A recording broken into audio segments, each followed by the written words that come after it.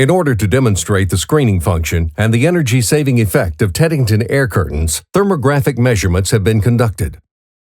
The air curtain is switched off. Cold air penetrates the room unhindered at floor level. Warm air flows outside in the upper area.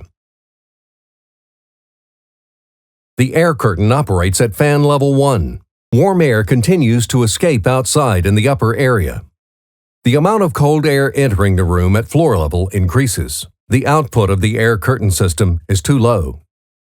The air output is now increased to level 2. The air discharge speed is 6 meters per second. A stable air current forms. The air curtain is then operated at level 3. The mixing of the air masses is now stopped. A clear separation between the indoor and outdoor air masses can be determined.